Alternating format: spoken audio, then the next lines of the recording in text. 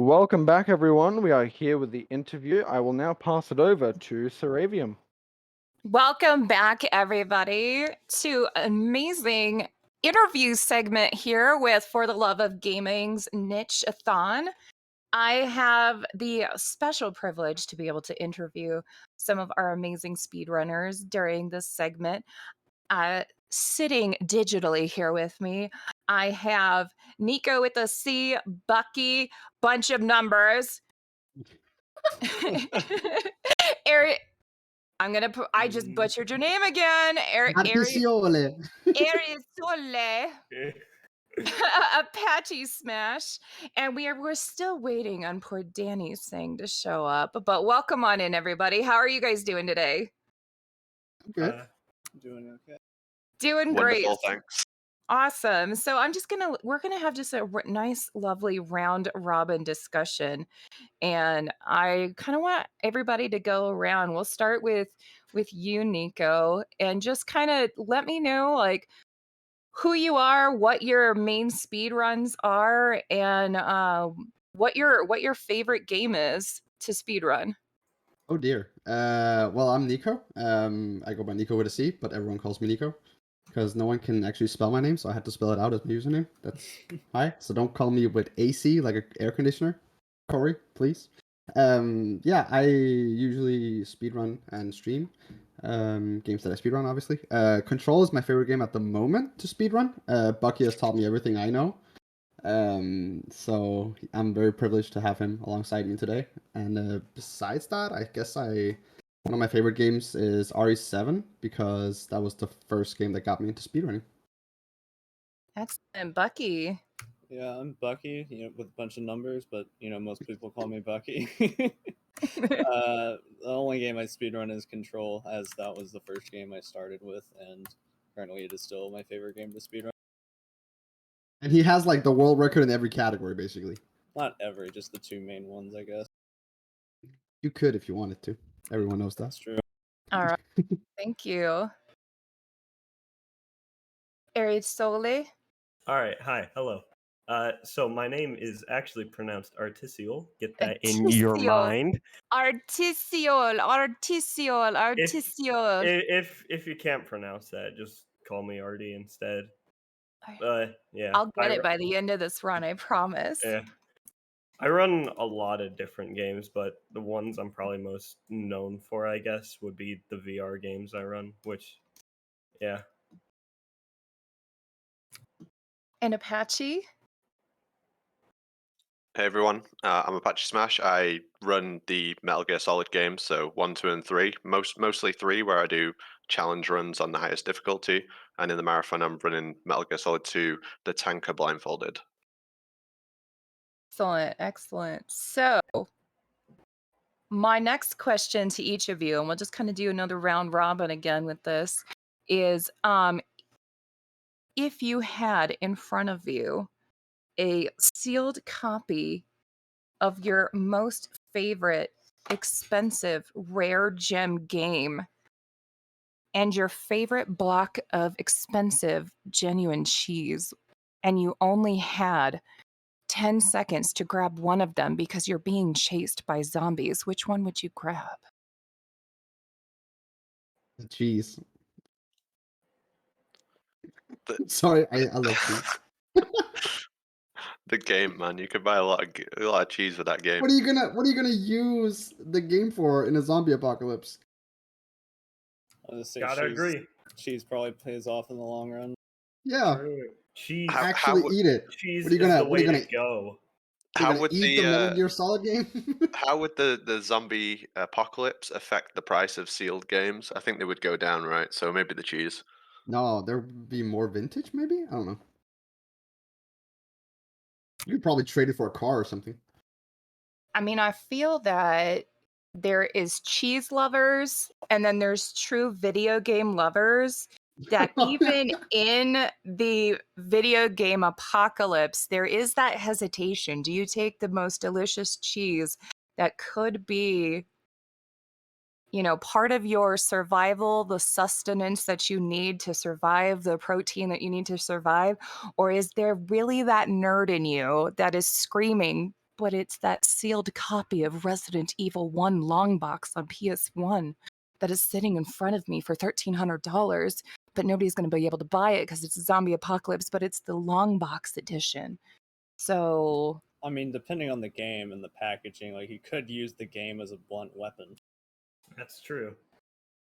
I like how everyone's trying to solve the survival. Like, Yeah, everyone's just like, what is The- best in survival situation?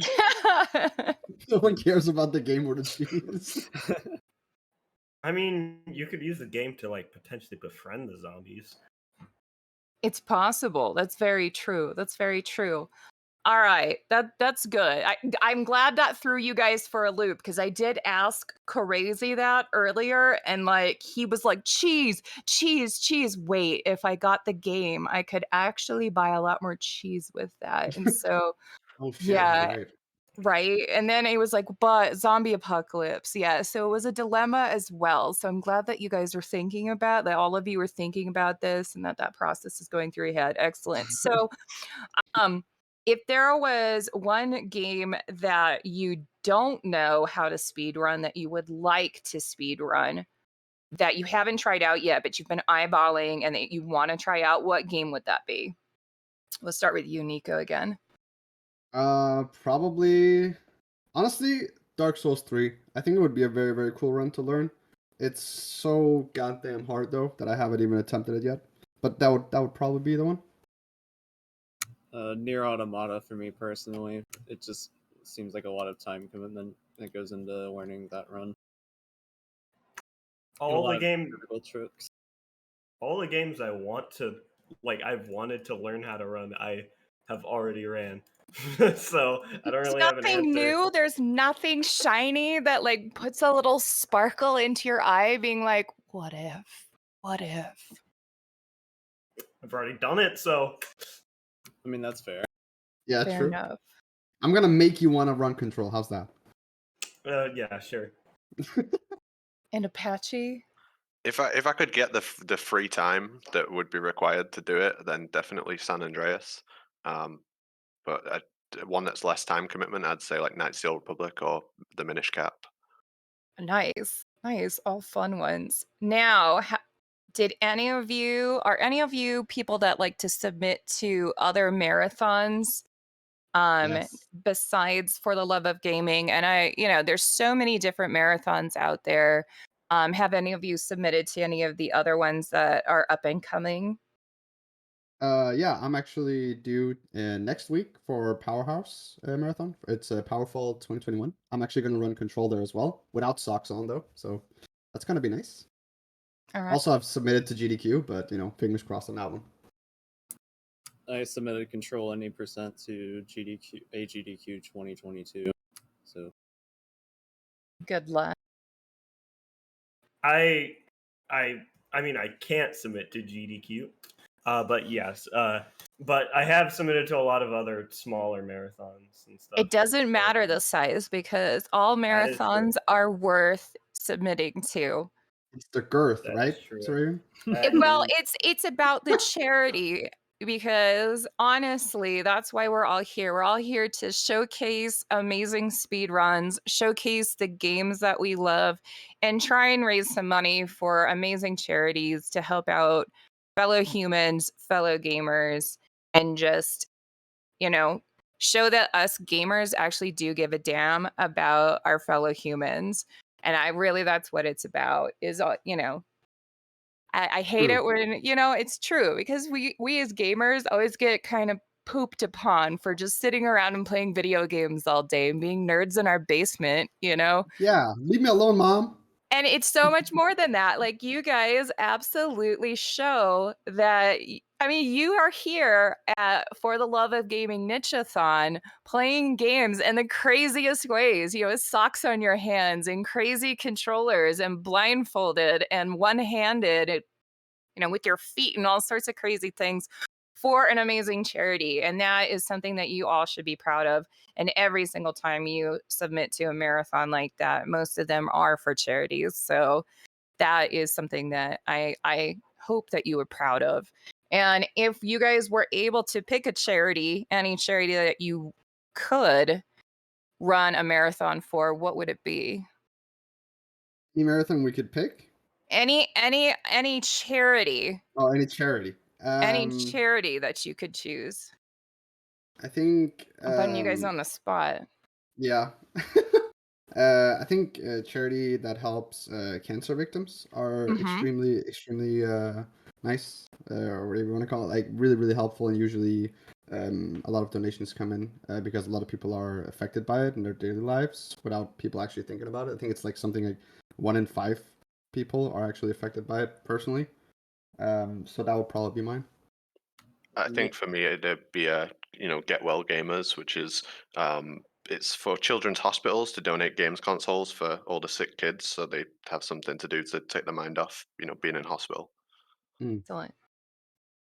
I was gonna say same answer as Nico, because I personally have lost loved ones to cancer, so definitely a charity that goes into cancer research, and also a charity that would go towards like helping cancer victims, I guess financially. But I haven't researched charity, so I don't know which ones those would be. That's okay. Lacking one answer. Yeah, Is it Apache or artisiole? artisiole. Wait, I'm trying to find something. Googling There was Top one 10. marathon. There was Top one 10 marathon I charity. ran at like a month ago, and like I really like the charity, but I forgot the name for it. Oh, what was the What kind of cause? charity Do you did it remember? support? Yeah, what kind of cause did it support? It was like Transgender Law Center or something, because peep the pronouns. Absolutely. Absolutely. And it looks like we just got a raid from the lovely Matt RPD, another amazing speedrunner in our community who got to run earlier, at least this morning. His this morning. Thank you so much for that raid, Matt RPD, and welcome on in, everybody. We're just doing an interview this morning, or this afternoon. I guess it's lunchtime for me, with a bunch of our lovely speedrunners. Another question for all of you is, what game coming out soon, 2020, 2023, a game that's coming out in the near future, are you all looking forward to, that might be on your speedrun kind of eyeball list, or just for entertainment fun? Battlefield 2042. Oh, Not a speedrun, but that game's coming out soon and it's a lot of fun. yeah. I would probably say, I guess I'm expecting either RE4 remake or RE9 to come out in like 23 or something like that. So that would probably be what I'm looking out for. Apache? Yeah. Oh, sorry, is it me? Yeah. Yeah. I'm really looking forward to Vampire the Masquerade 2, Bloodlines 2, but it seems like it's in development hell, so who knows when that's coming out, but I'm Didn't even definitely know excited that for was it. a thing. Yeah, the first game was awesome, so look forward to the second one. Yeah, for me it'd probably be like Neon White, which I saw at the Annapurna showcase earlier this year, and it looks like really fun. It's like an FPS card dating sim game. So, how do you guys feel about some of these developers, such as Nintendo and Square Enix, to be, as examples, and even Capcom diversifying their releases onto more and more consoles? For example, they've been throwing out more of their games onto PC, Switch, PlayStation, Xbox, all at the same time, instead of just finite making them onto a specific console. How do you guys feel about that? Personally, I think it's great because it allows more people to actually play their games instead of, like Last of Us, for example, that is only for like PlayStation, which I would love to play, but I don't have a PlayStation, so I can't. But the same with like God of War, the newest one. I would love to play those games, but I can't, which really, really, really sucks in my opinion. Wait, is Nintendo actually going to release games on PC, or was that a theoretical? They actually have been pushing some more of their titles, not their proprietary ones, but some of their third-party titles onto Steam. Oh, okay. I didn't know about that. In my opinion, I think that's great because like PC is the best platform for game preservation. Tell them. Yes, King. I mean, that's basically it. Like, hardware becomes less and less accessible as time goes on. So, having a game on PC kind of immortalizes it in that sense. All right, Yeah. and our last, or go ahead. Really, just the more people that can play the game, the better, I think. Yeah. All right, and I got one last question for the four of you before we go to intermission and set up for the next speed run. If there was one game that they could remaster or remake, and please distinguish whether it would be a remaster or a remake because there is a very significant difference between the two, what would it be and why? RE7, remake it so we can skip the cutscenes. Thank you. That's all. Wasn't thanks for coming to my TED Talk. Tough question. There's too many. If I had to pick one off the top of my head, Jedi Knight 2, Jedi Outcast. It's a game from 2002 with very deep combat mechanics and whatnot. Interesting story, and I think it could really benefit from a remake. Just modernizing it for gaming today, I guess. I don't really have any pick, honestly. None? Most of the games I really have played have came out in the last 2 years, and also Portal, but that doesn't count. I'm just going to say what we're all thinking. Gex Gecko remake Oh, for the next dude. gen. You just took me back 20 years. Holy shit. Needs to happen. That would actually be insane. Ooh. What about you, sir?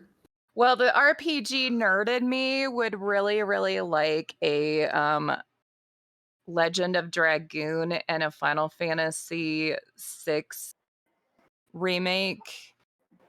Remaster, actually. They don't need to be remake, just a remaster. But the horror slut in me would really, really like Fatal Frame 1, 2, and 3 to act. And I'm not talking about the Wii version of Fatal Frame 2. We can just pick that up and toss that into the garbage. But Fatal Frame 1, 2, and 3 needs to come out because with the re-release of Fatal Frame 5 coming out at the end of the month, I feel like hopefully that revives that franchise because I'm a big horror nerd. That's what I do. And bring that out to the new generation because that's my home girl. I love those. So, Hell yeah. all right. So, guys, stick around. Thank you so much to my participants for our short little interview block. Stick around. All of these amazing speedrunners are going to be here on For the Love of Gaming. We will be right back. We're going to be setting up here in just a few minutes. We have NicowithaC setting up for Control any percent inbounds with lots of socks on his hands. I hear there's bunny socks. Is that true? Absolutely not. I got Sorry. lied to. I Who told you got lied that? to. Crazy. What the hell? Okay. Well, thank you again for all of your help. Can we get shout outs for everybody that was at the interview today? Please go check out their channels, these amazing speedrunners, and we'll be right back.